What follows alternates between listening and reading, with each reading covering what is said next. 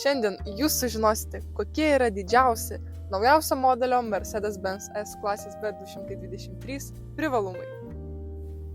Iš dešinės sėdinčio keleivio sėdynė yra su pusiau gulima pozicija. Taip pat keleiviai sėdintys gale turi galimybę kiekvienas savo individualiai reguliuoti šoninės užuolaidėlės. Taip pat, tam, kad kelionė būtų dar malonesnė ir įdomesnė, keleiviai gali atidaryti panoraminį stogą su elektra valdomu stoglangiu. Savo gėrimus galite padėti į tam skirtą vietą. Jos galite sušildyti arba sušaldyti. Išlipant iš automobilio, galite laikytis už odinių rankinėlių.